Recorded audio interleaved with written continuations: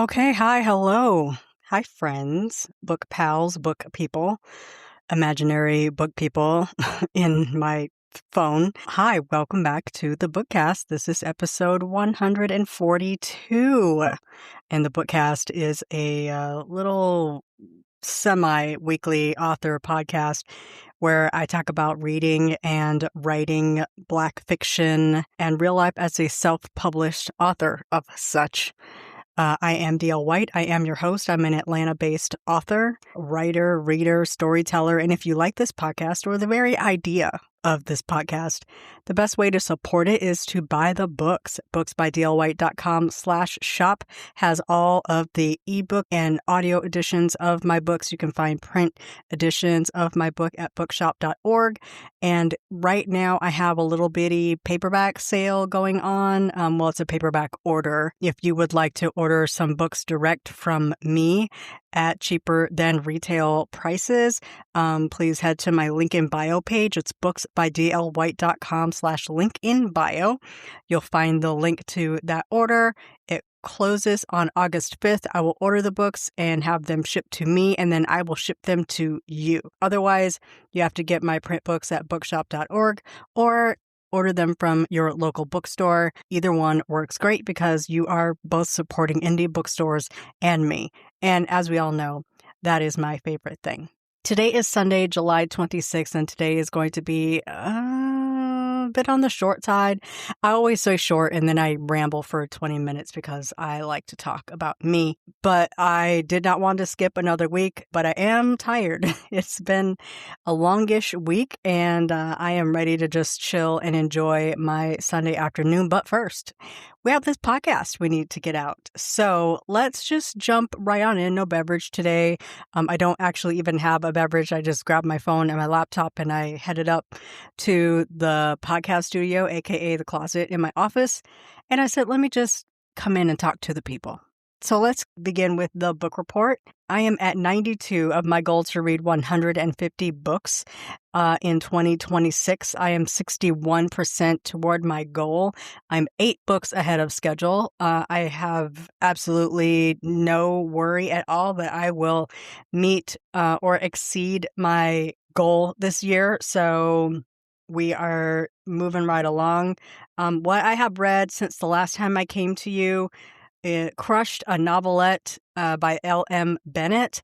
No One Knows You're Here by Rachel Howzell Hall and listen to that in audio. The Revelation of Dionne, Daphne by Mara Brock Akil in audio.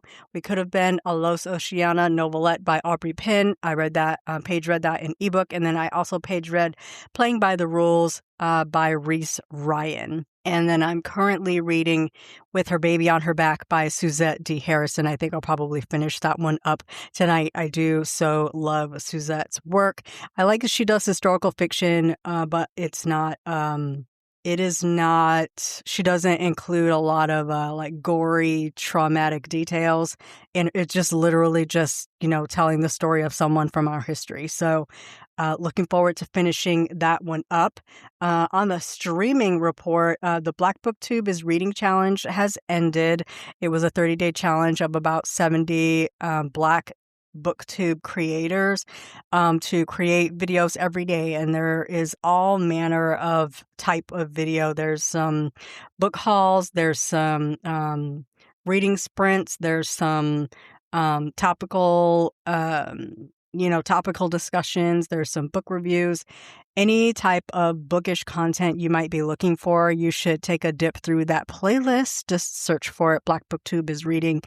And there's about 300 videos on the playlist. So you should be able to find anybody that you're looking for, or it'll give you, a jumping off point to someone else. Find some people to follow them, like their content, like, share, comment, subscribe. Make sure that they know that you're watching and you're listening, because that's definitely an encouragement to get people to continue to create. YouTube is a place where we definitely want a presence. I personally live at YouTube, so I am so happy to see so much Black book content on my main feed. So that challenge has ended, but the creators are still creating on their now regular schedule. Some are once a week, some are, twice a week and some shorts. So really dig in. It's a good thing to be listening to while you're walking or at work or driving. There's a plethora of content there for anything that you might be looking for. So there's that. And then I was in a serious rut maybe since 2020 of watching one of two cartoon TV shows on my way to sleep. And in trying to break that, I just started watching something else that I have seen several seasons of, and so I could watch it or not. If I fall asleep, it's fine. So I started watching Monk. I watched this on Philo, which is like an add-on, not an add-on, but it's in addition to my Hulu TV subscription.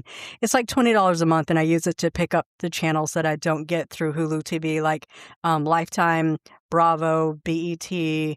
Monk comes on like Great American Television or whatever, Hallmark, because I watch all my Hallmark mysteries there. So, for $20 a month, I just pick up extra channels there. So I have been watching Monk at night, currently on season 7 of my Rewatch, and they go pretty fast. So on occasion, I'll go back like a season or two and watch more, because some of them I have literally slept through, so I have to go back and catch up.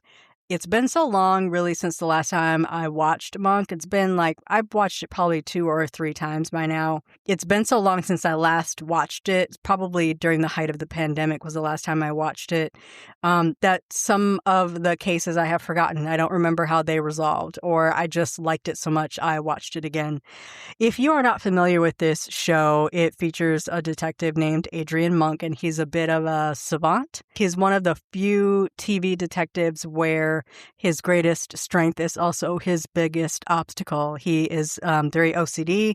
He suffers from a number of disorders, mental illnesses that make him really almost impossible to be one-on-one with, but it also brings out characteristics in him that make him a great detective. It's a TV procedural that really sticks the landing. It seems to have stood the test of time, at least for me. I watch it usually alongside the original Law and Order, Rizzoli Isles, shows like that. Typically in the summer when my regular shows like Tracker, Sheriff Country, Elsbeth, etc. are on hiatus, I will kick up an old show I haven't seen in a while. There was a time when I would watch the original Law and Order series front to back over and over and over while I was writing. So I have just replaced that now with Monk for the moment. So this is a show that, if you're not familiar, it stars Tony Shalhoub, who you might know from the show Taxi. He was also in Men in Black. He played the shop owner, and Will Smith shot his head off, and it came back because he was an alien. It's very easy to reduce Monk to his compulsions, but the way Tony Shalhoub plays him as a grieving man first and a detective second, I think is a sort of a turn on the trope of a TV detective. Though I think a lot of TV detectives are very grizzled and a little bit gruff. Monk is the opposite. He is very clean. He has various levels of obsessive compulsive disorder. He keeps a rigid schedule, and he is just hyper aware of sort of, what day it is and what is happening and what he should be doing and what he's not doing.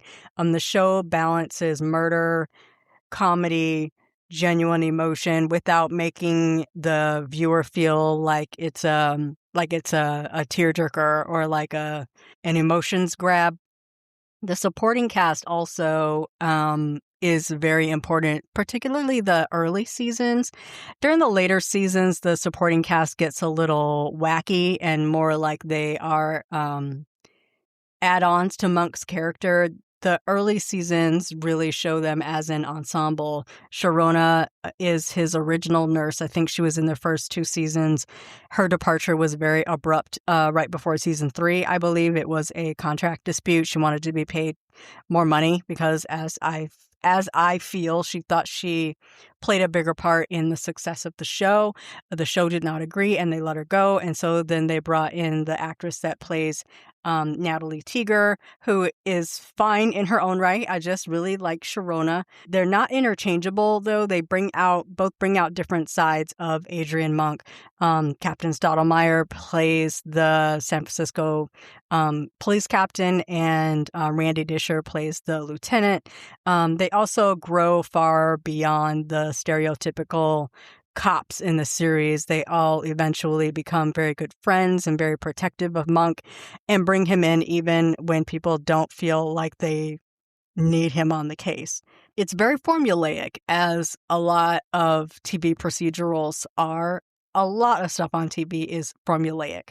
And when writers and producers mess with the formula, viewers get upset. And so that's why they keep it. The appeal is watching how Monk notices what everyone else is missing and isn't just determining who did it, but how they did it. And it's always sort of in a way that no one else saw. His attention to detail solves crime. The way he solves crime makes everyday life pretty exhausting. Trudy's murder, Trudy was Adrian's wife who was killed in a car bomb meant for him. It gives a series an emotional through line that keeps it from becoming a really stereotypical run-of-the-mill, just another police show procedural. Adrian spends most of the 8 seasons of this series missing his wife and trying to figure out who murdered her. That is basically what he centers his life around, and he solves crime as a way to do something else. There are a lot of criticisms of this show. Some of the portrayals of OCD and mental illness feel pretty dated in 2026. This show, I don't even remember. I would have to look it up. I don't remember when this show came out, like maybe the 2000s, maybe. I don't know. I would have to look it up. But the show wasn't really trying to be a clinical portrait of a man with OCD. It's very consistent. Some episodes treat it as debilitating. Some episodes treat it as like a little quirky thing that he can turn on and off when he needs to.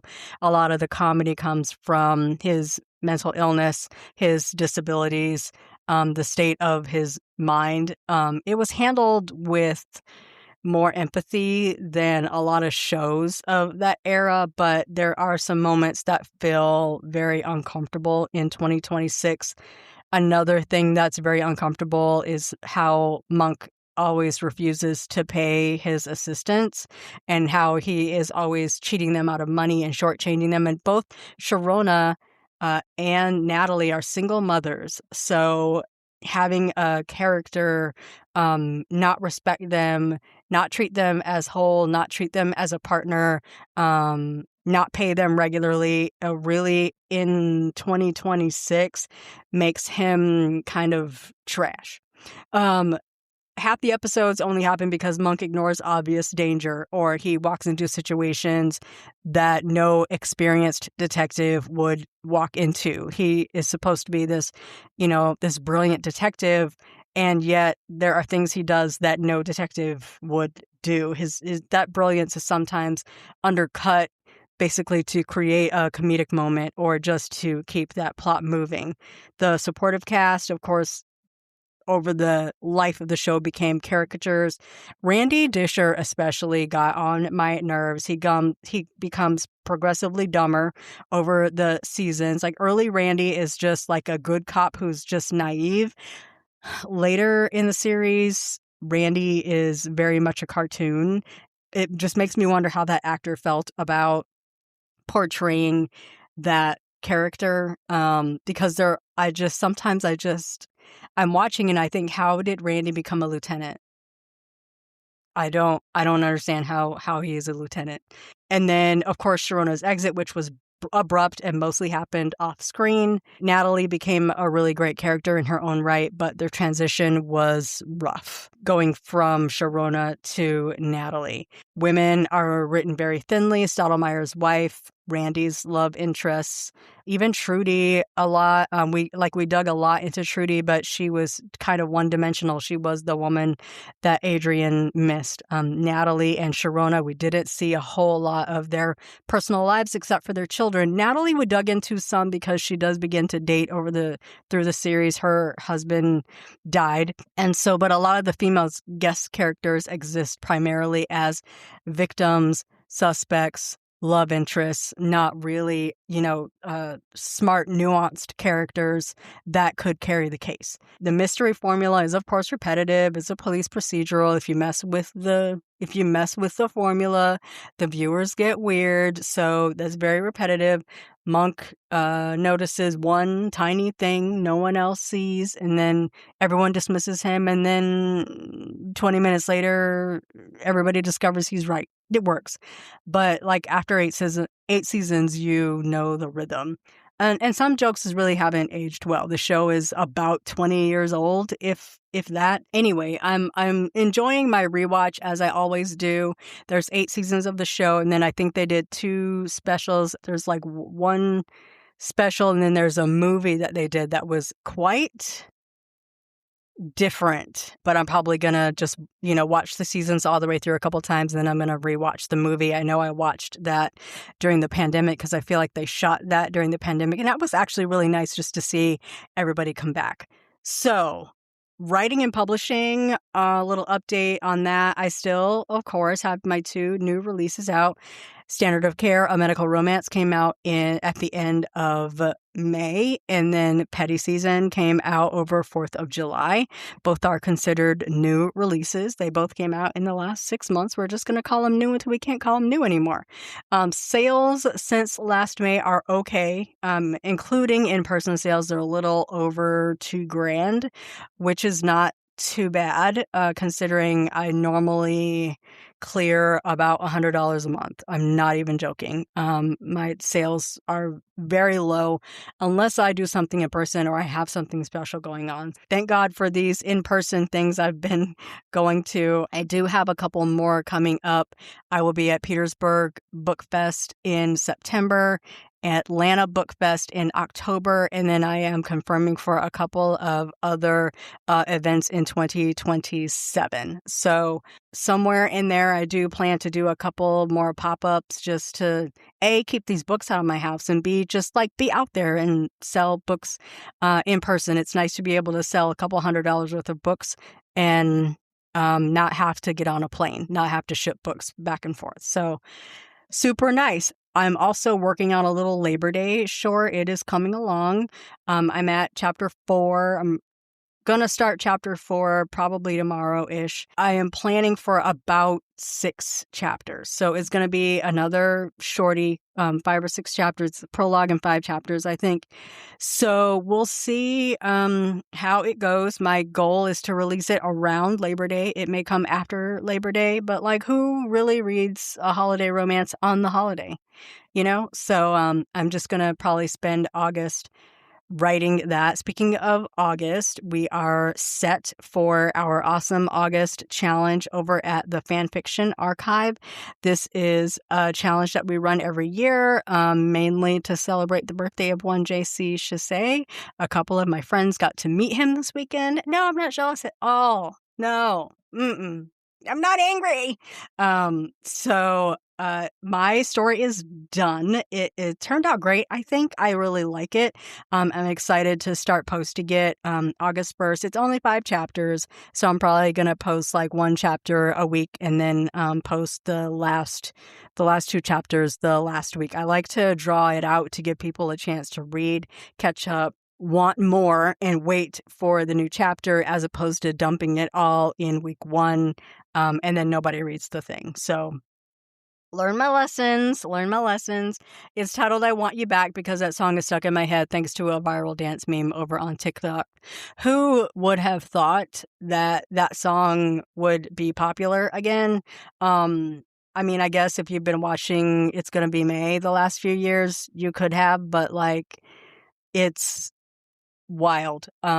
So I took the idea to use lyrics from the song as my chapter titles. So that's what I did for 5 chapters. So the story follows Catherine Quinn. She is an original character, not anyone that anyone in the band knows. Like in real life, she has spent a decade building her events company into a premier event production powerhouse, but her professional composure is shattered when the huge get for her latest high-stakes charity gala is revealed to be the man who once held her heart, J.C. Chasez. 25 years ago, she was the junior publicist for RCA Music Group. Their history is a complicated tapestry of late-night phone calls and unfinished business that ultimately unraveled under the weight of the music industry and Jay-Z's habit of disappearing without a goodbye. Reunited at the Novo in Los Angeles, the chemistry between them is off the charts and arguably more dangerous than ever. As they navigate high-pressure rehearsals, JC reveals a secret he's carried for decades. His unreleased concept album was written in part about her. But Catherine is no longer a starstruck assistant, and JC has to prove he is no longer the young man who prioritized his career over their connection in the high-glitz world of celebrity galas. They have to decide if they're finally ready to simply choose each other. I'm kind of excited about how this came out because their past is told throughout each chapter, so it's almost dual timeline. Anyway, I start posting that August 1st, and so I'm excited for people to read it. I'm also working on a couple of ideas for the fall. One is perhaps a serial that I might post over at Noir Pages, Noir Pages. It's a new site for Black authored romance and fantasy. A number of my books are already available there in ebook and audio.